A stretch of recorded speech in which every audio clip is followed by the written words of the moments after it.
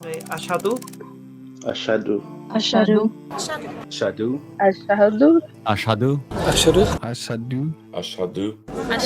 Ashhadu. Ashhadu. Ashhadu. Ashhadu. Ashhadu. Ashhadu la ilaha illallah. Ashhadu.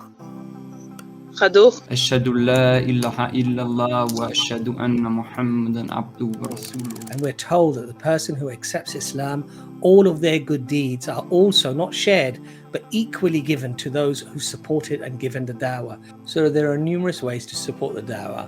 You can do that via PayPal, you can join our Patreon, or become a YouTube member. All of your money will then be used to spread the word of Islam throughout the world by creating more content, translations that would reach far more people than they would have normally reached just with the English language, but also to help new Muslims that come into the faith that might need books or training or courses. All of this goes towards enhancing the dawah, and we're very, very grateful to all of your help. Jazakallah khair. I hope inshallah ta'ala you enjoy the video. Do remember to like it and to recommend it to your brothers and sisters. Yes. And haya, having sharm, having shame, Yes. to do bad things. Yes. The Prophet said that these things will become normalized. Yes. And the people will aspire to become like these people. Yes. Yes. Yes. Like the actors, the minstrels, the singers, the prostitutes. Yeah. In the old times, people used to throw them a few coins.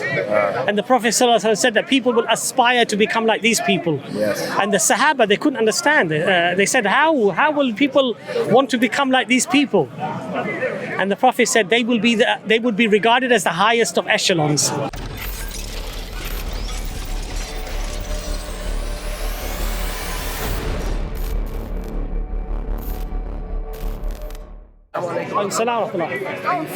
Free because of the questions. It's very expensive. Just joking. So, one of them is, does Allah swear in the Quran that Mecca is the place of security? He does, isn't it, right? I'm not sure. What's the verse? I'm not sure either. But I wrote questions yesterday, so I can remember to ask. Okay. Like in the Quran, I think, I could be wrong, though it's not a grave thing to be wrong about, but I want to ask you, Allah does swear in the Quran, doesn't he, that in Mecca is a place of security? I'm not knowledgeable. It's a safe place, like in the whole world. So, when you say security, I know that in the Haram, Masjid al-Haram, there are certain things that are impermissible. Yes. So you can't hunt, you can't chop down trees, you can't do. So in that sense, do you mean security? In what sense do you mean? I meant in a sense of, for example, no harm can reach there. Like when the Dajjal comes, right? Okay. For example. Oh yes. Okay. You know what I mean. So I believe that Mecca and Medina, I think. Perhaps even say if there's a nuclear war, right? Will Mecca be destroyed? We don't know that, you know because what I mean? I've heard of a hadith, and I don't know how. I don't know if I'm quoting correctly or not, but that there will come a time when the caravan will pass by Mecca and Medina, and they will say, "Oh, at one time there used to be a lot of people that were living here."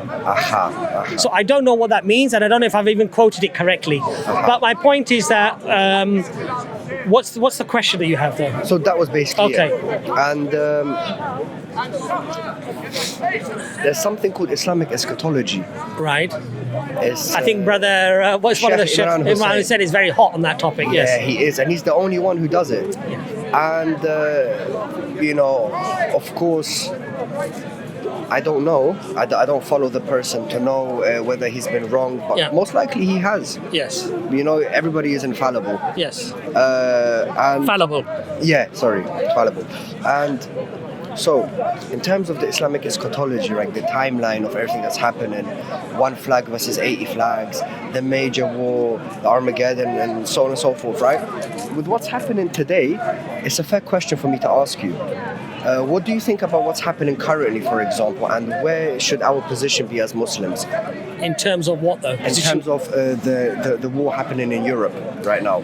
We have to be just and fair. If we see an injustice, we have to speak out against it, regardless of whether it's against a Muslim or a non-Muslim, regardless of whether the Muslim is doing it to the non-Muslim or the non-Muslim is doing it to the Muslim. What is unjust and unfair, we have to speak out against. Yes.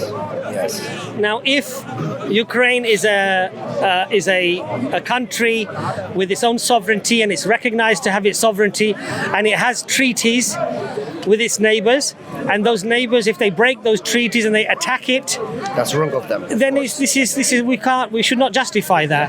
But one thing I would say is that there's a lot happening under the scenes that we don't know what's happening. Exactly.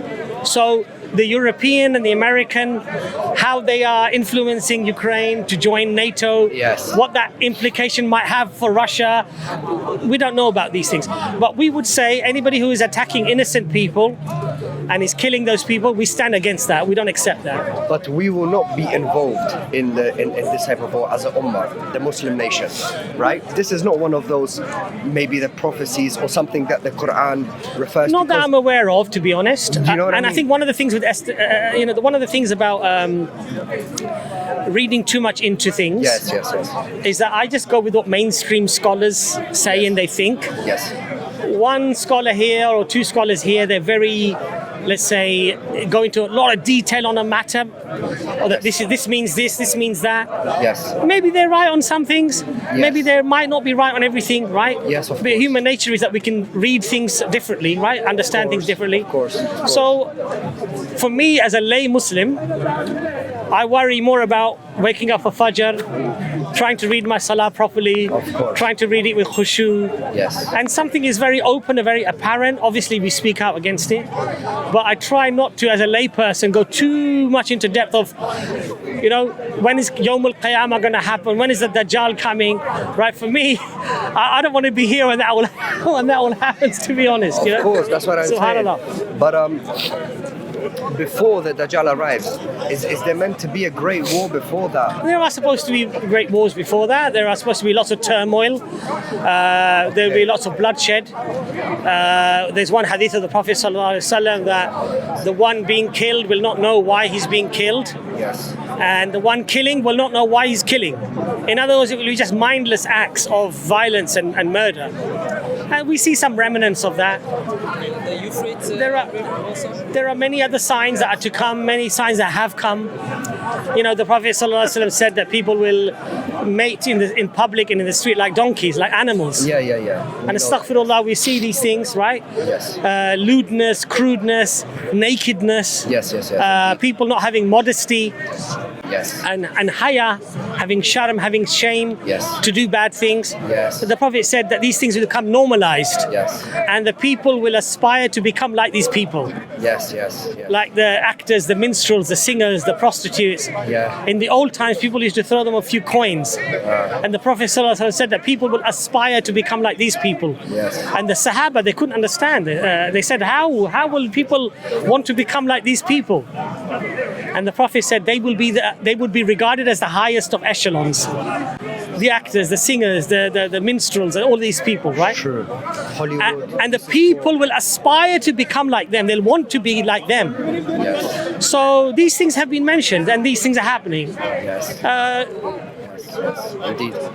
Thank you, brother. No problem. And I think that's it, man. Alhamdulillah. Jazakallah khair. Thank you. I have a friend.